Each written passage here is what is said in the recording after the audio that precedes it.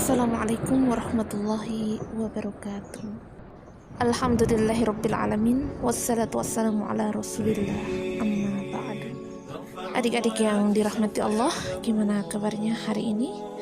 Semoga adik-adik di rumah senantiasa diberikan kesehatan, kekuatan oleh Allah Subhanahu wa taala dalam melaksanakan kegiatan pembelajaran meskipun hanya secara daring ya, tidak bertatap muka secara langsung. Semoga kegiatan kita hari ini diridhoi oleh Allah Subhanahu wa taala. Amin. Salawat dan salam semoga selalu tercurahkan kepada baginda Rasulullah Sallallahu Alaihi Wasallam, kepada keluarganya, kepada para sahabatnya, tabiin, tabiin, dan insya Allah keselamatan sampai kepada kita yang masih berjuang di jalan Allah, insya Allah. Oke adik-adik yang dirahmati Allah, hari ini kita akan mempelajari tentang iman kepada qada dan qadar yang merupakan salah satu dari rukun iman yang keenam ya. Namun sebelum memulai pembelajaran, mari kita sama-sama mengangkat kedua tangan kita dan mari kita berdoa, diawali dengan Quran Surah Al-Fatihah dan dilanjutkan dengan doa belajar. A'udzu billahi minasyaitonir rajim. Bismillahirrahmanirrahim. Alhamdulillahi rabbil alamin. Ar-Rahmanir Rahim. Maliki yaumiddin. Iyyaka na'budu wa iyyaka nasta'in. Ihdinas siratal mustaqim. Siratal ladzina an'amta 'alaihim ghairil maghdubi 'alaihim waladdallin. Bismillahirrahmanirrahim. Raditu billahi rabban wa bil islami dinan wa bi Muhammadin nabiyyan wa rasulan. Rabbi zidni ilman warzuqni fahman. Selanjutnya adik-adik diberikan kesempatan ya untuk membacakan terlebih dahulu Quran Surah Ar-Ra'd ayat 11 dan Quran Surah At-Taubah ayat 105 yang tentunya dibaca secara tartil. Ya adik-adik sekalian, mari kita sama-sama mengkaji ya makna iman kepada qada dan qadar. Berbicara tentang qada dan qadar, tentunya kita akan membicarakan tentang persoalan takdir ya, entah itu takdir yang dapat dirubah ataupun takdir yang tidak dapat dirubah. Dan satu hal yang perlu adik-adik ketahui bahwa hidup itu adalah sebuah pilihan ya. Dan pilihan itu adalah sebuah takdir ya, sedangkan takdir itu adalah ujian hidup manusia. Namun tentunya takdir Allah berjalan sesuai dengan ketentuan Allah ya. Meskipun demikian, ikhtiar manusia secara sungguh-sungguh tetap diperlukan dalam hal ini.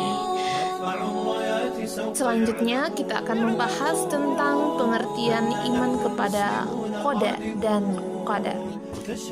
Qada menurut bahasa berarti menentukan atau memutuskan ya.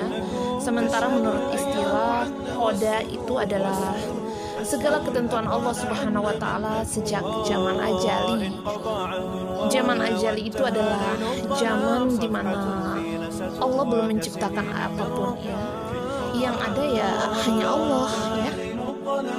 Kemudian pengertian qadar ya menurut bahasa adalah memberi kadar ya atau aturan atau ketentuan, sementara menurut istilah berarti qadar adalah ketetapan Allah Subhanahu wa taala terhadap seluruh makhluknya tentang segala sesuatunya.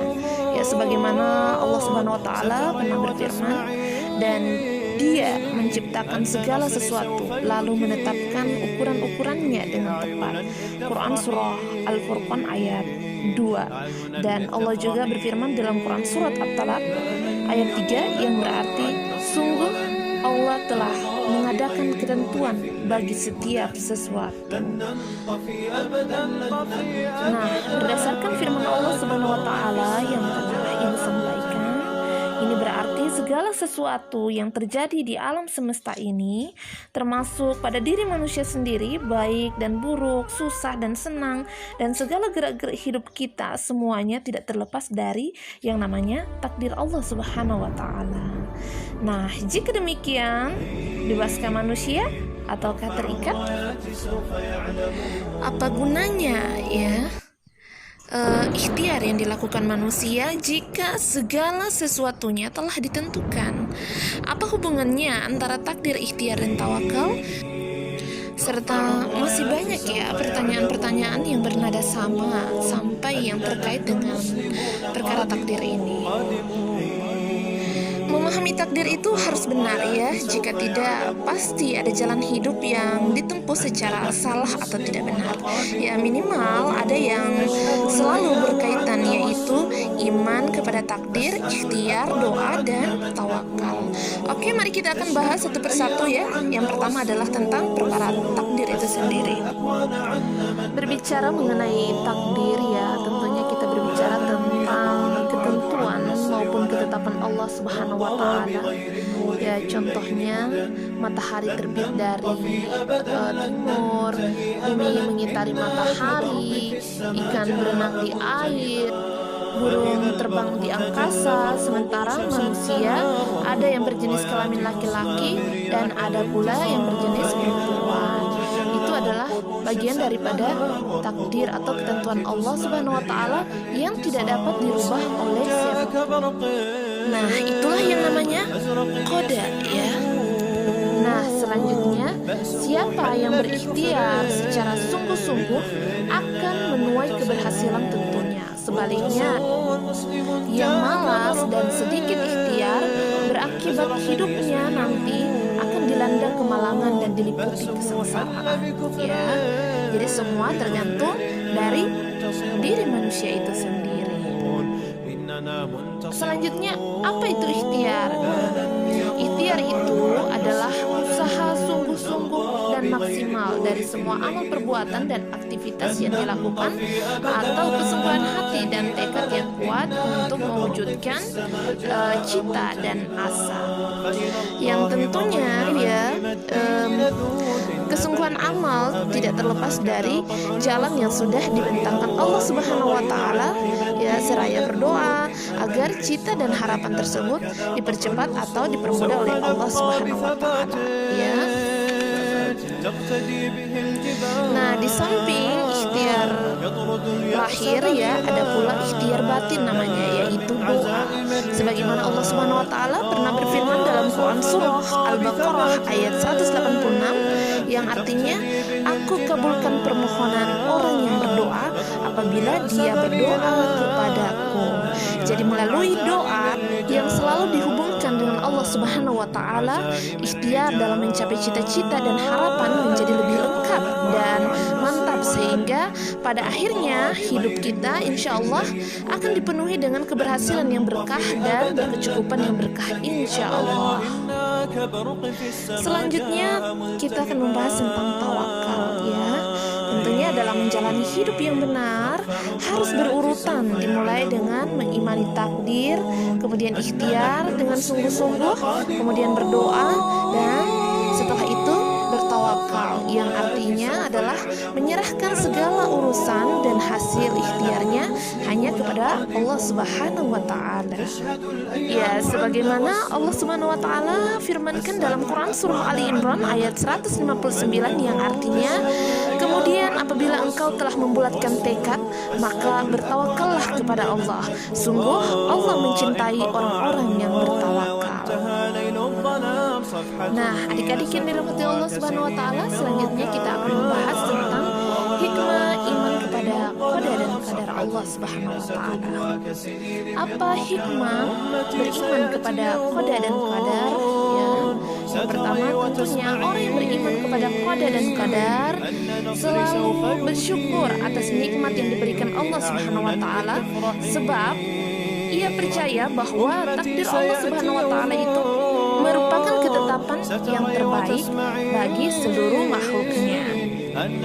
Selanjutnya, hikmah yang kedua adalah selalu rendah hati karena segala sesuatu yang terjadi itu semua berkat kehendak dari Allah Subhanahu wa taala.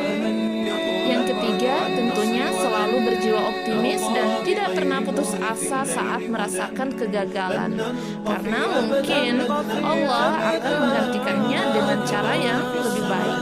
Kemudian yang berikut, yang keempat adalah membiasakan diri untuk bersikap sabar dan tawakal kepada Allah Subhanahu wa taala. Kemudian yang terakhir, tentunya orang yang beriman kepada qada dan qadar jiwanya akan lebih tenang. Oke adik-adik, tibalah kita pada sebuah kesimpulan bahwa sesungguhnya Allah tidak akan mengubah suatu kaum ya sebelum mereka mengubah keadaan mereka sendiri. Ini terdapat dalam Quran surah Ar-Ra'd ayat 11 ya. Jadi takdir itu harus disikapi dengan usaha dan doa, dan kemudian yang terakhir adalah bertawakal kepada Allah Subhanahu wa taala. Yakinlah bahwa apapun yang Allah berikan kepada kita, apapun yang menimpa kepada kita, itu adalah yang terbaik dari Allah Subhanahu wa taala. Sekian pembahasan kita hari ini, dan tibalah kita pada penutup. Mari sama-sama kita tutup pembelajaran kita hari ini dengan membacakan doa kafaratul majelis. Subhanakallahumma wa bihamdik, asyhadu an la ilaha illa anta, wastaghfiruka wa atubu ilaik. Wassalamualaikum warahmatullahi wabarakatuh.